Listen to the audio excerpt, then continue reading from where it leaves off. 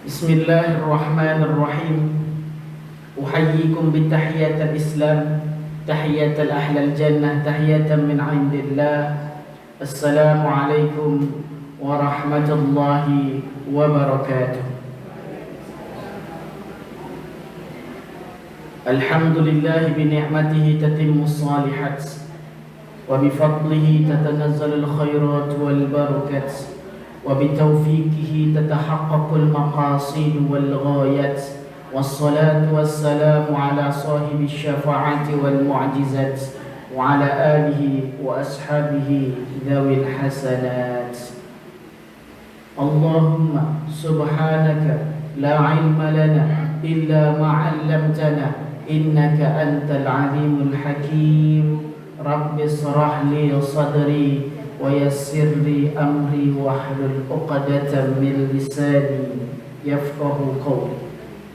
Yang saya hormati para ibunda kami, para orang tua kami, yang insyaallah semuanya dirahmati oleh Allah Subhanahu wa taala.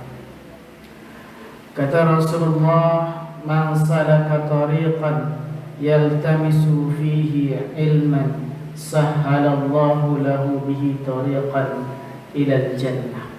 Barang siapa yang meniti jalan mencari ilmu, maka Allah akan mudahkan jalannya menuju surga Allah. Mudah-mudahan lelah-lelah ibu-ibu hari ini melangkah dari rumah menuntut ilmu dicatat oleh malaikat sebagai amalan fi sabilillah, jihad di jalan Allah, dan salah satu langkah ibu mudah menuju surga Allah Subhanahu wa ta'ala.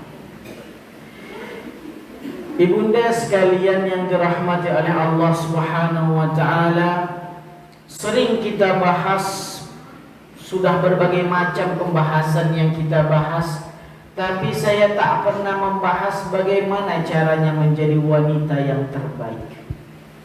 Pernah Bu? Belum pernah ya? Belum pernah. Saya membahas tentang sabar, saya membahas tentang takdir, saya membahas tentang bagaimana seorang muslimah terhadap Tuhannya. Tapi hari ini saya ingin membahas bagaimana seorang wanita bisa menjadi wanita yang terbaik. Pengen Bu jadi wanita terbaik Bu? Pengen ya Bu ya? Wanita terbaik, wanita yang dijamin oleh Allah masuk surga Allah Subhanahu wa ta'ala. Maka tak ada kita yang tak mau masuk surga, karena surga itu nikmat. Maka kata Allah, kata Rasulullah sallallahu alaihi wasallam, "Mad dunya fil akhirah illa mithlu ma yaj'ala ahadukum usba'u fil yammi." Tidaklah perumpamaan dunia dan akhirat kecuali salah seorang di antara kalian mencelupkan jarinya ke lautan, kemudian dia angkat, falyanzur bima yarji'.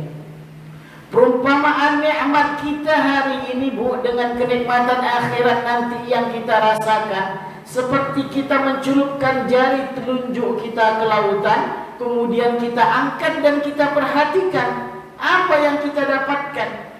Adakah kita mendapatkan seember air? Atau adakah kita mendapatkan segelas air? Maka ketika kita celupkan jari kita ke lautan, kemudian kita angkat, seember air tak akan pernah kita dapat. Segelas air pun tak akan pernah kita dapat. Bahkan 3 tetes air pun tak dapat kita. Pernah Bu? Coba aja lah. Celupkan jari kita ke air, kemudian kita angkat, paling yang menetes 1 tetes, 2 tetes, tak lebih. Maka setetes itulah kenikmatan dunia. Ibu dilahirkan ke atas dunia, kemudian mendapatkan nikmat sekolah, kemudian mendapatkan nikmat pekerjaan, mendapatkan nikmat perdagangan, mendapatkan nikmat suami, mendapatkan nikmat anak, mendapatkan nikmat rumah, mendapatkan nikmat kendaraan, mendapatkan nikmat sehat. Semua itu kalau kita kumpulkan kenikmatan dunia yang dari mulai kita dilahirkan sampai nanti kita diwafatkan oleh Allah Subhanahu wa ta'ala, maka nikmatnya tak lebih daripada setetes. Lantas mana kenikmatan akhirat? Sejauh mata memandang, sejauh itu air kelihatan. Maka begitu nikmat akhirat itu, maka tentu kita mengidam-idamkan untuk menjadi ahlus surga, ahlul jannah, penghuni surga. Ada yang tak mau masuk surga, Bu? Tak ada. Kita semua ingin masuk surga. Tentu yang masuk surga ini wanita terbaik. Siapa itu wanita terbaik? Maka kita lihat ayat Allah Subhanahu wa ta'ala dalam surah Al-Ahzab. Ya ayyuhan nabiyyu qul li azwajika wa banatika wa nisa'il mu'minin yudnina 'alayhinna min jalabibihinna dzalika adna an yu'rafna.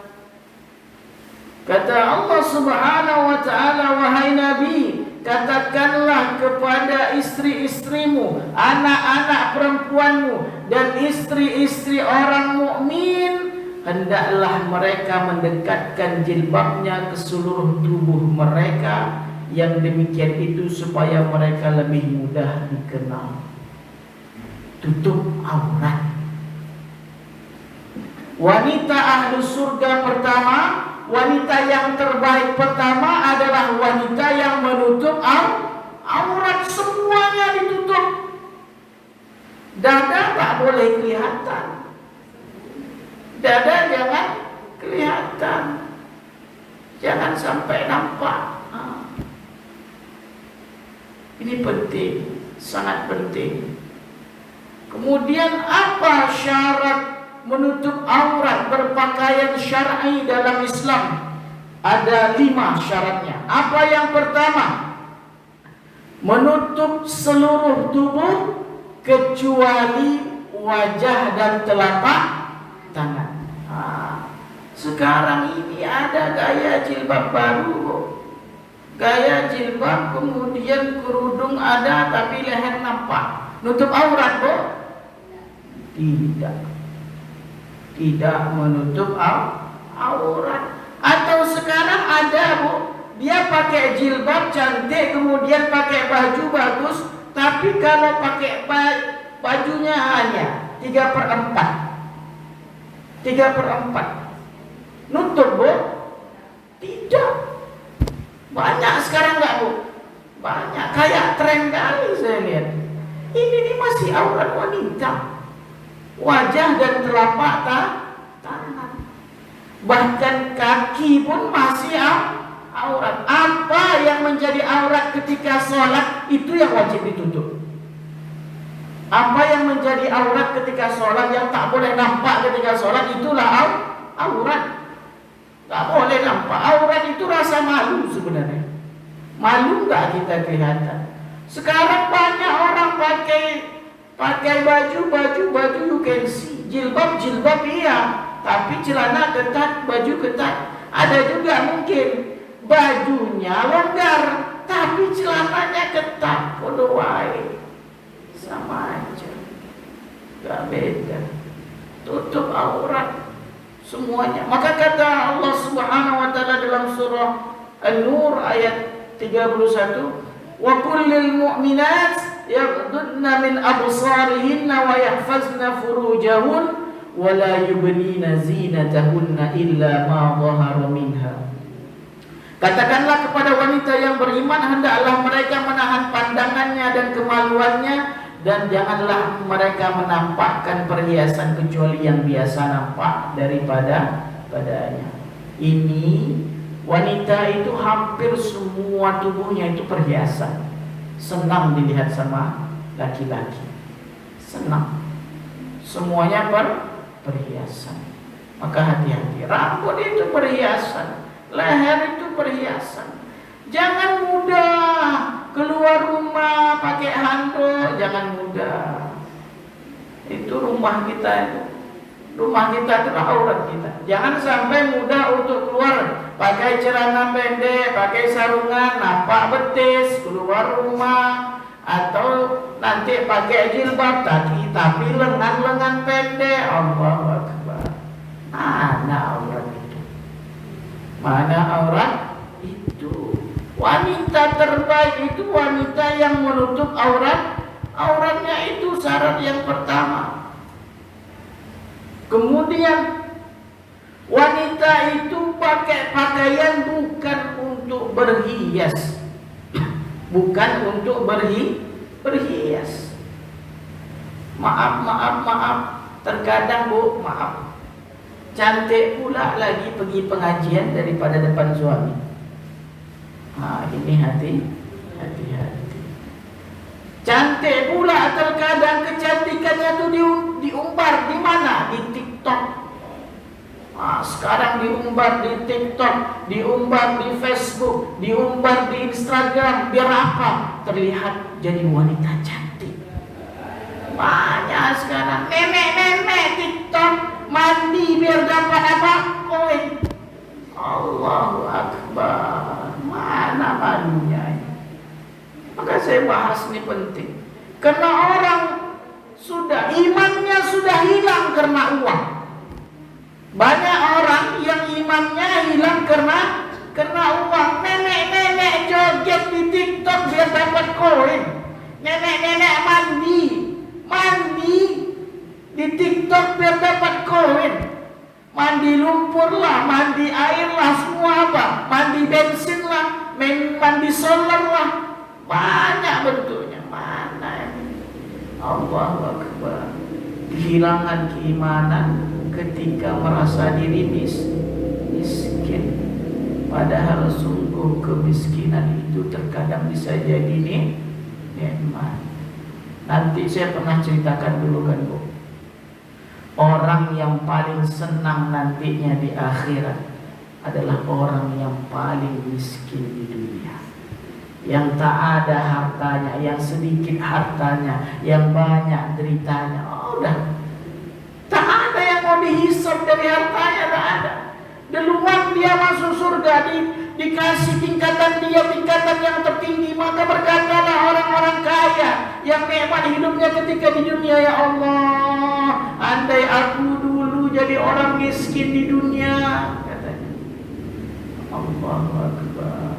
Ingat, pengadilan akhirat itu khamsina alfasana, 50.000 tahun.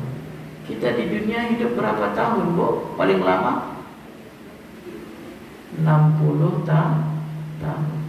Situ nasana, 60 tahun. Pengadilan akhirat 50.000 tahun. Diadili saja kita udah lama. Wajar menyesal orang yang kaya di dunia hidupnya berkecukupan. Allah, capek. Para nabi saja nangis ketika hari di mana Allah melihat dan Allah mentakar amalan kita semua, ditimbang sama Allah. Hari pengadilan Allah itu para nabi semuanya nangis, tak ada yang tak menangis. Apalagi kita. Maka hati-hati. Wala tabarrujna tabarrujal jahiliyah.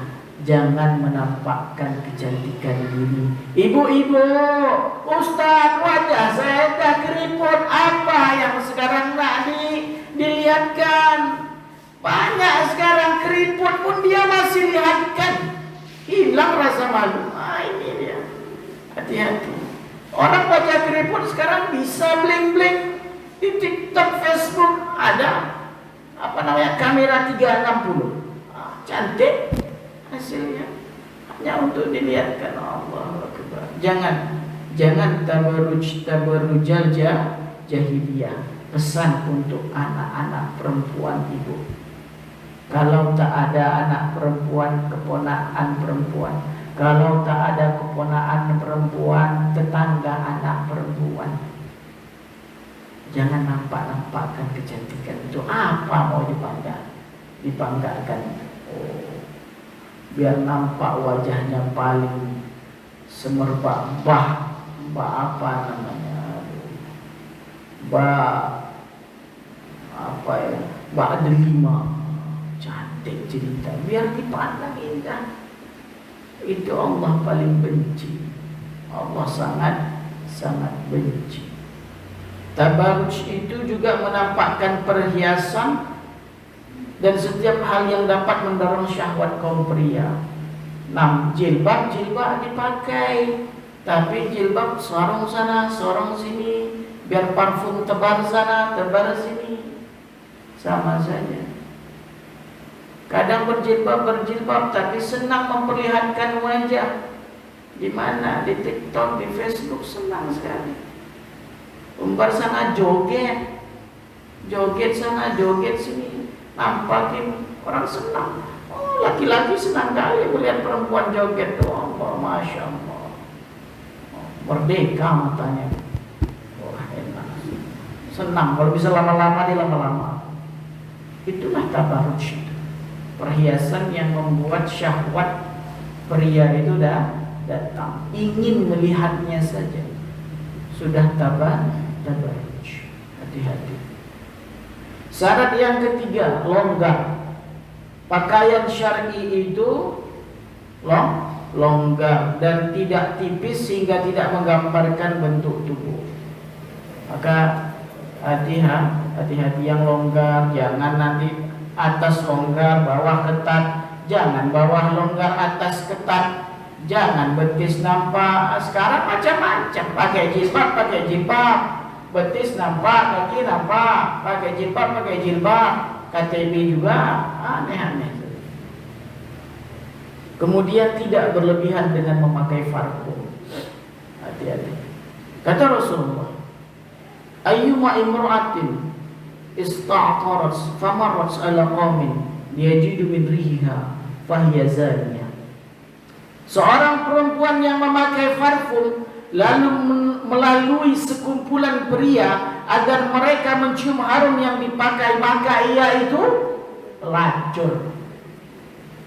Itu zaman Rasulullah sengaja parfum itu dipakai. Maka kalau parfum yang menahan bau badan saja, jangan pula Ustaz kan tak boleh pakai parfum, anti, kata dia, anti parfum. Jadi apa? Bawa badan kemana-mana. Pergi ke pengajian bawa badan dia aja sepanjang jalan.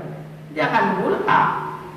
Bukan berarti tak boleh pakai parfum. Pakai parfum itu cukup untuk menghilangkan bau badan kita. Jangan sampai tersebar. Ketika kita berjalan di depan, saya sering laki-laki itu paling senang mencium parfum wanita pakai motor. Sedap sekali harumnya. Udah kemana melayang, itulah dosa lagi. Yang pakai parfum dosa juga, enak kali yang pria menghisapnya dosa. Maka wanita itu, kalau saya pernah ceritakan, wanita itu kalau ada pria di belakangnya, jangan pula dia takut. Jangan dia takut. Nyusul, kejar-kejaran, jangan. Karena seorang wanita itu, seorang pria itu sebenarnya tidak boleh berada di belakang wanita ketika berjalan, karena itu membawa fitnah. Maka hati-hati. Itu parfum ini mengerikan sekali. Hati-hati.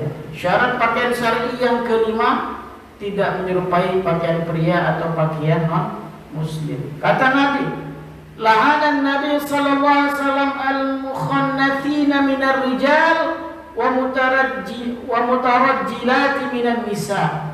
Rasulullah melaknat kaum pria yang menyerupai wanita dan kaum wanita yang menyerupai pria. Ini banyak. Terkadang Bu senang pula tengok bencong. Ada yang senang tengok bencong Bu? Ada. Janganlah senang tengok bencong tuh. Apa yang enak ditengok bencong tuh? Kalau ada laki-laki menyerupai perempuan ke ibu-ibu, aduh terhibur, Ustaz, enak nengoknya. Jangan. Karena inilah orang yang dilaknat. Hati-hati, LGBT itu hadir Ibu. Karena ada orang niru-niru itulah. Perempuan niru-niru laki-laki, laki-laki niru-niru perempuan. Akhirnya dia senang dengan sesama jenis. Lihat itu di dumai-dumai LGBT dah bahaya. Sudah lampu kuning, kita mau jadi lampu merah. Peringatan keras untuk kita semua. Kalau LGBT itu hadir, kemudian dia menjadi hal biasa. Coba saya dapat video kemarin ketika acara bulan ini di Bukit Gelanggang. Ada laki-laki yang bergaya-gaya kayak banci. Saya bilang kayak banci, berbicara kayak banci. Senang pula dia banci. Allah. Itulah calon-calon orang yang akan dilaknat oleh Allah. Dan bumi tempat dia dipijak. Kalau tak ada ustaz, tak ada ulama yang mengingatkan jamaah terhadap itu, tunggulah. Maka saya ingatkan sekarang. Saya ingatkan. Datang azab itu. Jangan undang-undang azab itu datang. LGBT dianggap remeh. Jangan.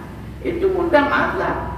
Kalau udah datang azab Allah habis bumi ini, mau dia ulama, mau dia alim, mau dia banyak zikir, mau dia banyak tahajud, kalau Allah tenggelamkan ustaz-ustaznya, kiai-kiainya. Selama apa? Ustaznya tuh diam. Kalau ustaznya tuh diam udah.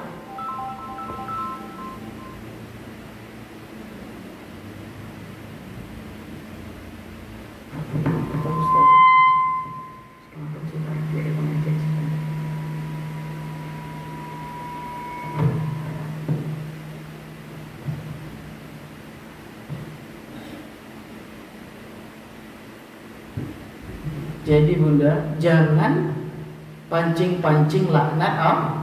Jangan pancing-pancing laknat Allah. Jangan pancing-pancing murka Allah. Zina di mana-mana, LGBT di mana-mana. Kalau Allah sudah murka sebentar, sedetik hilang kita semua. Kalau kita belum taubat, Allahu Akbar, otomatis dibangkitkan oleh Allah nantinya di akhirat bersama orang-orang musyrik lah, orang-orang fasik. Tapi kalau kita saleh, alhamdulillah. Tapi kalau kita tak sempat taubat, macam mana lah bentuk kita ketika hari itu, itulah dibangkitkan oleh Allah. Maka hati-hati. Jangan sampai pakaian menyerupai wanita yang di rumah, ibunda, jangan remehkan hal ini. Kalau anaknya itu sudah gaya-gayanya tomboy, buatlah gaya-gaya wanita. Kalau anaknya itu suka ke wanita-wanitaan, coba cek gimana caranya biar dia itu bisa berjalan seperti pria sejati. Karena nanti itu akan mengakibatkan hal yang berbeda. LGBT itu penyakit. Kalau dia sudah kena, itu kena ke lainnya. Makanya LGBT itu maaf, hukumannya itu memang harus dibakar hidup-hidup. Dibakar hidup-hidup atau dilempar dari tempat yang paling tinggi, menara paling tinggi di tempat tersebut, baru dilemparkan ke bawah. Atau sekalian dibakar hidup-hidup. Kenapa? Karena dia penyakitnya takkan hilang dari susah taubat. Orang kalau sudah LGBT susah taubat. Kemungkinan besar dia tak bisa taubat. Makanya hukumannya hukuman mati. Wajar kalau zina, orang menikah sudah zina, hukumnya apa Bu?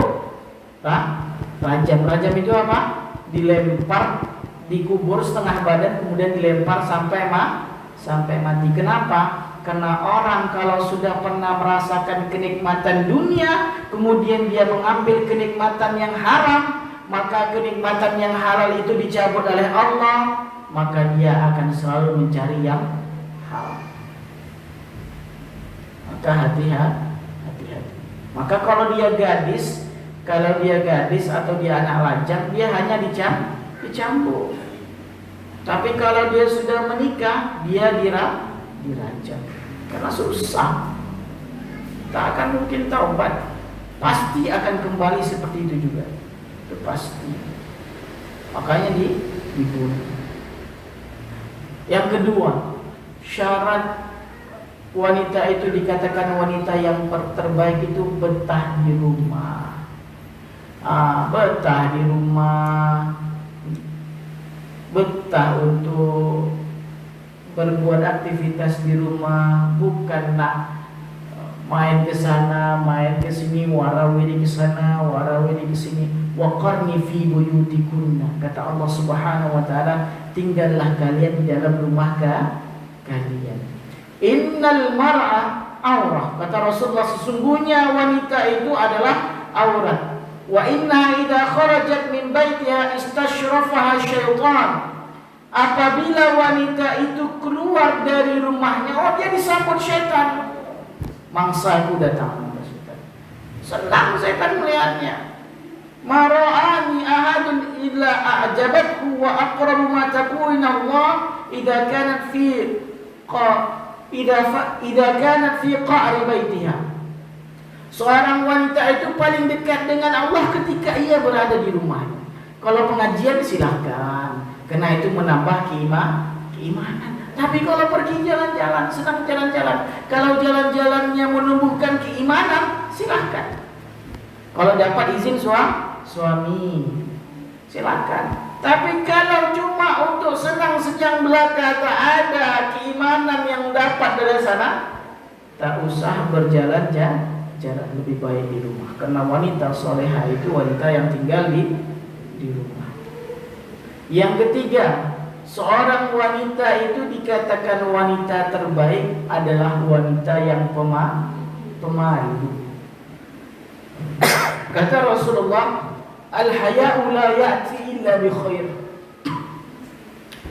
Rasa malu itu tak akan datang kecuali karena ada kebaikan. Maka kalau ada wanita yang dia malu untuk keluar rumah, jangan paksakan dia keluar. Kalau ada anak gadis ibu yang senang dalam rumah, gak usah paksa-paksa dia keluar. Kalau ada anak gadis ibu yang dia belum punya pacar, sekarang ini ada kayaknya, kalau anakku belum punya pacar, aku takut dia tak punya jodoh, Ustaz. Gak usah takut. Gak usah takut. Allah yang carikan yang terbaik untuknya. Kataballahu maqadirul khalaiq. Allah itu sudah menuliskan takdir semua makhluk di dunia ini, di alam semesta ini, qabla ayakhluqas samawati wal ard. Belum lagi Allah ciptakan langit dan bumi, sudah Allah tuliskan takdir si Anu lahir di sini, si Anu sekolahnya di sini, si Anu ibunya ini, si Anu ibunya ini, si Ani suaminya ini, si Ani istrinya itu sudah Allah takdirkan. Belum lagi diciptakan langit dan bumi 50.000 tahun. 50.000 tahun. Bi-khamsi alfasana, 50.000 tahun sebelum Allah ciptakan bumi dan seisinya, langit dan seisinya, sudah Allah tuliskan takdir kita. Udah ada semua itu takdir.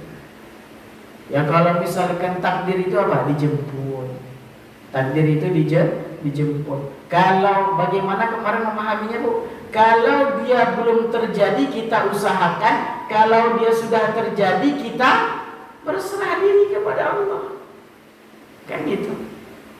Takdir itu kalau dia belum terjadi, maka kita kejar. Gimana caranya kalau anak gadis yang dia belum menikah, lama tinggal di rumah, kita suruh cari pasar, itu cari pacar. Cari pasar juga, mama. Cari pacar jangan. Itu sama saja dengan mencari maksiat, cari murka Allah.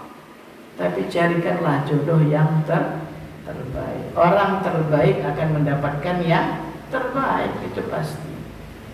Maka ingat, ketika anaknya Ketika Nabi Musa itu bertemu dengan dua orang wanita yang dia merupakan anak seorang nabi, tamshi ala istihya. Seorang wanita soleh itu kalau dia berjalan malu penuh dengan rasa malu.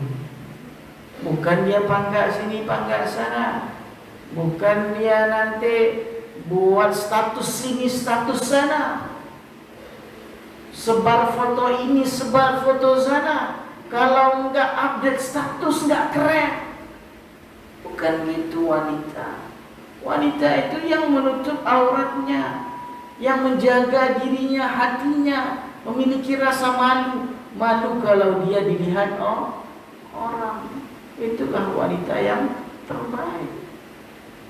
Kemudian yang keempat, seorang wanita yang terbaik adalah memiliki sifat taat dan menyenangkan hati suami. Rasulullah pernah ditanyakan, ayyun nisa khair? Ya Rasulullah, wanita apa wanita yang paling baik? Apa kata Rasulullah? Allati tasurruhu idza nazara wallati tuti'uhu idza amara wa la tukhlifuhu fi malihi wa nafsihi bima yaqrah. Kata Rasulullah, wanita yang paling baik itu wanita kalau dilihat suaminya menenangkan hati, menenteramkan. Kalau disuruh idza amara, kalau dia disuruh dia taat. Bu, taat sama suami, Bu? Taat, Bu? Taat ya, Bu ya? Menyenangkan enggak? Menyenangkan hati suami apa enggak, Bu?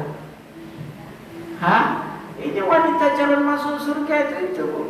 Kalau dilihat laki-lakinya, kalau dilihat suaminya menyenangkan hati. Kadang permasalahan rumah tangga ini kadang anggaplah seperti ini. Kalau suami itu biasanya siapa yang paling sering kehilangan barang di rumah, Bu? Hah? Suami enggak, Bu? Mak, mana celana ambo tadi? Oh dia mana celana abang tadi? Mana celana abang tadi? Tengoklah situ bang, luaskan mata tu dikit, katanya. Allahu Akbar. Ibu tahu, Bu? Psikologi mengatakan ini dari psikologi ya, Bu ya. Mata seorang pria itu fokus, sedangkan mata seorang wanita itu dia menyebar. Maka wajar wanita itu kalau melihat sesuatu dia luas, tapi kalau pria itu dia melihat sesuatu itu satu titik aja dia. Kalau dia lihat kasur, dia lihat kasur aja. Luaskan mata tuh bang, gitu ya. Ada tuh dekat lemari mana deh? Lemari mana kata dia? Kalau dia lihat atas lemari jadi lihatnya. Itulah laki-laki itu. Kalau dia lihat bawah lemari aja. Memang iya. Penelitian bahwa pria itu sudut matanya pendek, sedangkan sudut mata wanita itu luas, maka wajar. Mana kunci tadi deh ya? Mana kunci tadi? Deh abang mau tak ada mata udah bang. Pakailah mata itu bang. Malas. Jadi Bu, mungkin bisa jadi malas seorang laki-laki, tapi memang matanya itu penelitian. Jadi itu tak bisa dipungkiri. Makanya kalau kita sudah tahu seperti itu, bagaimana menerima keadaan, perbanyak sabar. Saya juga kalau sama pria, Bu, saya bilang, laki-laki itu kosakatanya cuma 5.000. Perempuan itu kosakatanya 20.000. Kalau setiap hari ngomel di rumah wajar, sabar kalian, saya bilang. Jangan kalian pusing ketika wanita itu ngomel di rumah. Justru kalian pusinglah kalau istri kalian tak ngomel di rumah, saya bilang. Itu saya bilang sama laki-laki. Kenapa? Karena perlu diperhatikan kewanitaannya. Betul nggak dia wanita? Kalau wanita itu pasti ngomel. Itu sudah lumrahnya seorang wanita. Makanya saya katakan, kalau saya kasih nasihat pernikahan, saya bilang sabar. Jadi seorang laki-laki harus penyabar. Maka wanita pahamlah sama pria tuh. Sudut pandangnya itu kecil. Kemudian kalau dia sudah fokus, apalagi kalau seorang laki-laki, kalau dia sudah fokus dalam satu urusan, dia tak akan bisa mengerjakan urusan lain. Beda sama wanita. Kalau dia masak, dia bisa gendong anak. Sambil masak gendong anak, dia bisa nyapu. Sambil masak nyapu gendong anak, dia bisa nyuci baju. Hebat saya bilang. Multitasking wanita itu. Emang seperti itu. Tapi pria, kalau dia sudah mengerjakan satu, tak bisa mengerjakan yang lain. Itu psikologinya. Maka kalau laki-laki itu, kalau dia sudah megang handphone, dia tak akan tahu istrinya di mana. Betul, Bu? Anak laki-laki pun kayak gitu. Anak laki-laki kita pun kayak gitu. Kenapa? Karena fitrahnya, menurut penelitian psikologi, laki-laki itu fokus dengan satu pekerjaannya, sedangkan wanita itu bisa mengerjakan berbagai macam pekerjaan dalam satu waktu. Ini ilmu. Maka bagaimana caranya menyikapi kita ketika dalam rumah tangga? Ya sikapi dengan senyuman, ya kan? Bang, oh bang, dengarlah cakap adik, oh bang, di mana tali mo bang? Berkali-kali tidak ada tali mo bang, iya dek lupa kok. Jangan sampai itu, jangan sampai hanya karena gara-gara itu nantinya terjadi pertengkaran. Sekali-kali Bu, nggak usah besar suaranya. Kalau bisa pukul sedikit pundaknya. Bang, yang dengan saya, bang.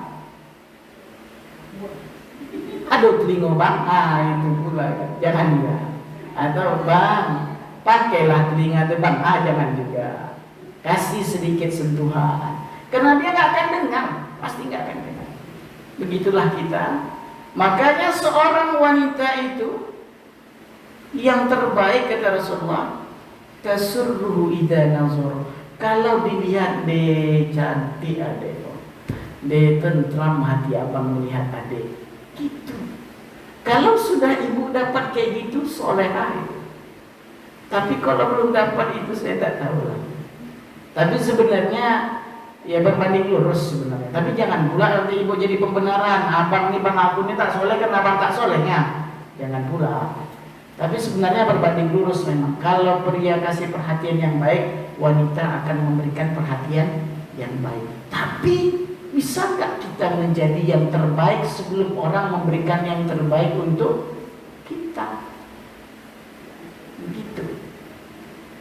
Allati tasurruhu idza nazar. Kalau dipandang menenteramkan. Itu wanita salehah. Ibu, Ustaz, saya punya suami saya tak ada lagi. Ingat dia minta ampun untuk dosanya. Kirimkan doa, kirimkan Al-Fatihah. Itu yang membuat dia tenang di alam kubur. Tak tahu rupanya dia ketika di alam kubur mau disiksa sama malaikat. Pak, tiba-tiba berhenti malaikat. Kok berhenti malaikat? Kata suami dia dalam kubur kan. Oh, kau dapat kiriman doa mohon ampun dari istrimu. Masya Allah. Dapat pahala. Masya Allah. Pesankan untuk anak-anak perempuan kita. Sekarang permasalahan sering terjadi itu, pernikahan banyak tapi perceraian lebih banyak. Kenapa? Karena laki-laki tak tahu fungsi dan tugasnya, wanita tak tahu bagaimana caranya menjadi wanita yang terbaik. Itu masalahnya sekarang. Orang tak mau nuntut ilmu dia. Ustaz pun dah beda pula. Dia apa yang senang didengar sama ibu-ibu itu yang disampaikan. Yang tak senang tak berani disampaikan. Takut nanti tak diundang lagi. Itu pula. Tapi saya tak apa. Mau tak diundang lagi, mau diundang lagi. Qulil haq walau kana murran. Katakan yang hak sekalipun itu pahit. Ini penting. Karena ini kalau disampaikan permasalahan kehidupan rumah tangga akan baik, akan hilang permasalahan. Rumah tangga yang buruk bisa menjadi rumah tangga yang baik. Wa tuti'uhu idza amara, kalau diperintahkan dia siap. Wanita itu kalau diperintahkan pria dia siap. La ta'ata li makhluqin fi ma'siyatillah, tapi ketika dia taat kepada suami untuk bermaksiat kepada Allah, dia tolak. Tapi selama ketaatannya itu untuk ketaatan kepada Allah, maka dia wajib untuk taat. Wala tukhalifu fi malihi wa nafsi. Wanita soleh itu dia tidak menyisihi, tak berdebat sama lakinya. Jangan banyak-banyak berdebat sama laki. Kalau laki ini saya akui, terkadang laki-laki ini kadang dia itu ngomong tak mikir, tak berpikir panjang. Lebih panjang cara berpikir wanita. Kenapa? Karena terkadang wanita itu memakai perasaan ketika berpikir, sedangkan laki-laki dia memakai logika. Kadang logika itu logika sementara, logika pendek. Itu saya akui itu psikologinya. Tapi bukan berarti kita itu menyelisihi laki-laki, suami. Jangan sampai kita itu merasa lebih pintar daripada suami. Karena terkadang maaf ya Bu ya, kadang itu yang menyebabkan permasalahan rumah tangga itu besar. Maka ambil momen-momen tertentu yang membuat rumah tangga itu, atau perkataan-perkataan tertentu yang membuat rumah tangga itu adem ayem. Kalau tak ada masalah tak mungkin, pasti ada masalah. Tapi Rasulullah sudah kasih solusi. Wala tukhalifu fi malihi wa nafsi. Jangan kau debatkan suamimu, baik dari segi hartanya dan juga dirinya sendiri sehingga membuat dia benci kepadamu. Itu kata Rasulullah. Jangan sampai buat benci suami kepada kita. Kenapa? Karena zaujuka huwa naruki wa jannatuki. Suami ibu itu Bu, dialah surga ibu, dia juga neraka ibu. Suami itu dia surga, dia neraka. Dialah penentu. Suami juga gitu. Yang menentukan dia nanti masuk surga atau masuk neraka itu istrinya. Begitu juga dengan istri. Yang menentukan dia itu masuk surga dan masuk neraka itu suaminya. Maka kalau suami tak ridho, istri masuk surga, tak akan masuk surga. Kalau istri pun tak ridho, suami masuk surga, tak akan masuk surga. Setak tahu ibu, wanita terbaik di dunia itu siapa? Siapa Bu? Istrinya salah satunya adalah istri Fir'aun. Pertama Maryam, kedua Aisyah, zaujatu Fir'aun, istrinya Fir'aun. Fir'aun sebengis itu, Fir'aun orangnya seangkuh itu, sesombong itu, tapi seorang Aisyah penyabar,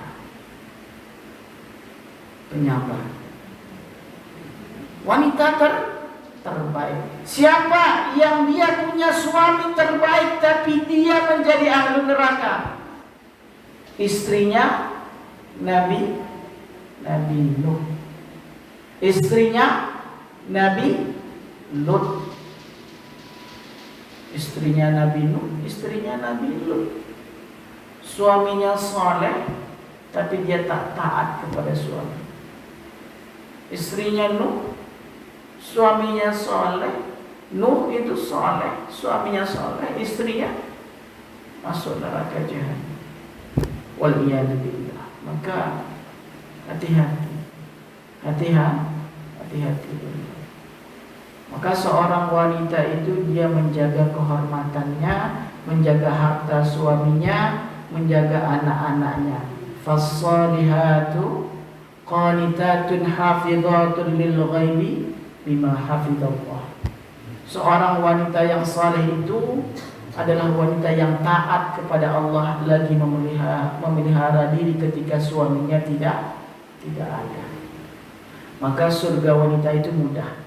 Dia sholat, dia zakat, dia puasa. Zakat pun kalau ada kelebihan harta. Dia puasa Ramadan. Kemudian dia tak bermaksiat, dia memakai jilbab, dia tutup seluruh tubuhnya. Dan dia taat kepada suaminya, cukup baginya.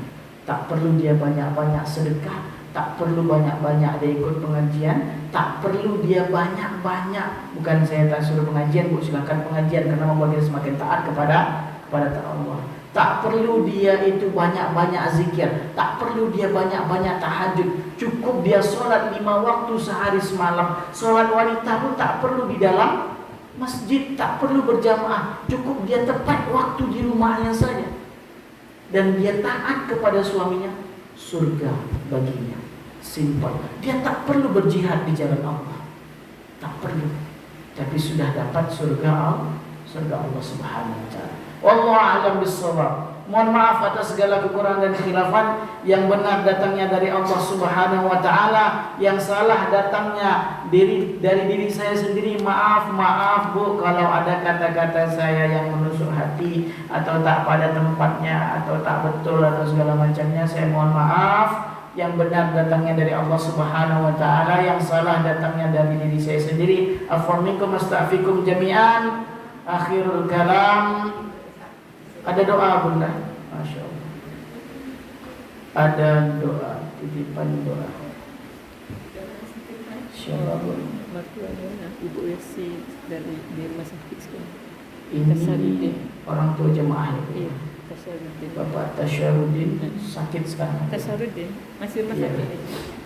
Baik Bunda, kita doakan, kita niatkan Al-Fatihah terkhusus buat Bapak Tasarudin, orang tua dari salah satu jemaah kita. Kita doakan mudah-mudahan Allah berikan kesembuhan, Allah angkat penyakitnya, dan Allah hilangkan penyakit dalam dirinya dan tidak kembali lagi. Amin ya rabbal alamin. Ala hadhihi niyyah wa kulli niyatin salihah. Al-Fatihah. A'udzu billahi minasyaitonir rajim. Bismillahirrahmanirrahim. Alhamdulillahi rabbil alamin. Arrahmanir rahim. مالك يوم الدين إياك نعبد وإياك نستعين اهدنا الصراط المستقيم صراط الذين أنعمت عليهم غير المغضوب عليهم ولا الضالين آمين. أعوذ بالله من الشيطان الرجيم. بسم الله الرحمن الرحيم. الحمد لله رب العالمين حمد الشاكرين حمد الناعمين حمدا يعافي نعمه ويكافئ مزيده. ربنا لك الحمد كما ينبغي لجلالك الكريم وعظيم سلطانك. اللهم صل وسلم وبارك على سيدنا محمد في الأولين والآخرين. وصل وسلم وبارك على سيدنا محمد في النبيين والمرسلين. وصل وسلم وبارك على سيدنا محمد في كل وقت وحين. وصل وسلم وبارك على سيدنا محمد في الملأ الأعلى إلى يوم الدين. اللهم أنت ربنا لا إله إلا أنت خلقتنا ونحن عبادك ونحن على أهلك ووعدك ما استطعنا نعوذ بك من شر ما صنعنا نبوء لك بنعمتك علينا ونبوء بذنوبنا فاغفر لنا فإنه لا يغفر الذنوب إلا أنت اللهم اغفر لنا ولوالدينا وارحمهما كما ربيانا صغيرا واغفر لجميع المسلمين والمسلمات والمؤمنين والمؤمنات الأحياء منهم والأموات إنك أنت السميع قريب مجيب الدعوات يا قاضي الحاجات نسألك العظيم رب العرش العظيم أن يشفي Bapak Tasyarudin ya Arhamar Rahimin شفاء لا يغادر سقما ولا آلما آمين يا رب العالمين